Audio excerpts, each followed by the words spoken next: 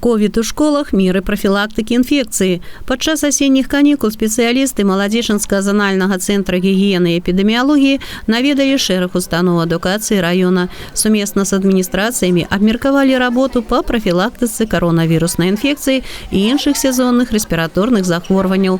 А пасля на відэаконференцыі яшчэ раз праговорили, на якія моманты звярнуць першачарговую увагу. Школы пачалі другую чвэрць у штатным рэжыме з улікам ковіднай сітуацыі. У 10-й гімназіі, напрыклад, забяспечылі 2 ўваходы для вучняў першых-чацвёртых класаў і старшакласнікаў. На дзвярах і ўнутры памяшкання размешчана неабходная інфармацыя, устаноўлены локцевы дазатар. Кожны работнік гімназіі фіксуе сваю тэмпературу цела двойчы па прыходу на працу і пасля рабочага дня. Калектыў установы выкарыстоўвае індывідуальныя сродкі аховы, маскі, антысептыкі, пры неабходнасці пальчаткі. Дзяжурныя настаўнікі штодзённа праводзяць тэрмаметрыю сваіх падапечных. В целях исключения массового скопления учащихся в столовой организовано питание согласно графику. Некоторые учащиеся непосредственно кушают на переменах, некоторые учащиеся приходят в начале урока или за 10 минут до окончания учебного занятия.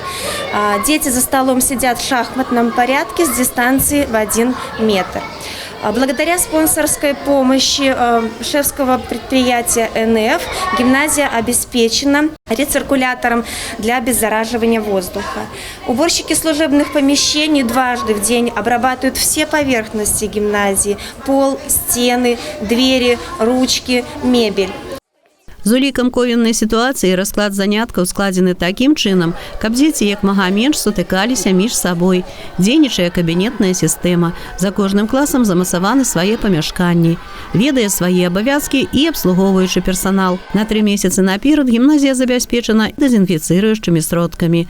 Усе педагогі гімназіі штодзённа расказваюць вучням пра асновы прафілактыкі і вострых рэспіраторных захворванняў і COVID-19, не забываючы пры гэтым паказваць і асабісты прыклад санітарна-гігіенічнай культуры.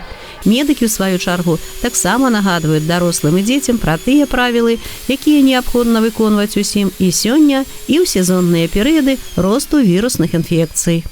Первое – это контроль заболеваемости, контроль состояния здоровья, выявление заболевших лиц, их своевременная изоляция. Второе направление – это использование или применение, соблюдение правил респираторного этикета в части использования средств индивидуальной защиты, использования правил обработки рук. Следующее направление – это проведение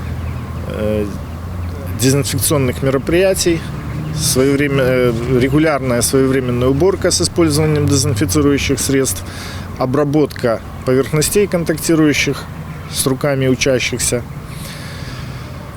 И четвертое направление – это социальное дистанцирование и разобщение групп учащихся. С этой целью в учреждениях образования в настоящее время задействованы не только один вход, как это в обычное время чаще всего бывает, но и какие-то резервные входы, через которые младшие, старшие классы раздельно попадают в школу. В некоторых учреждениях образования еще отдельные входы сделаны для педагогов.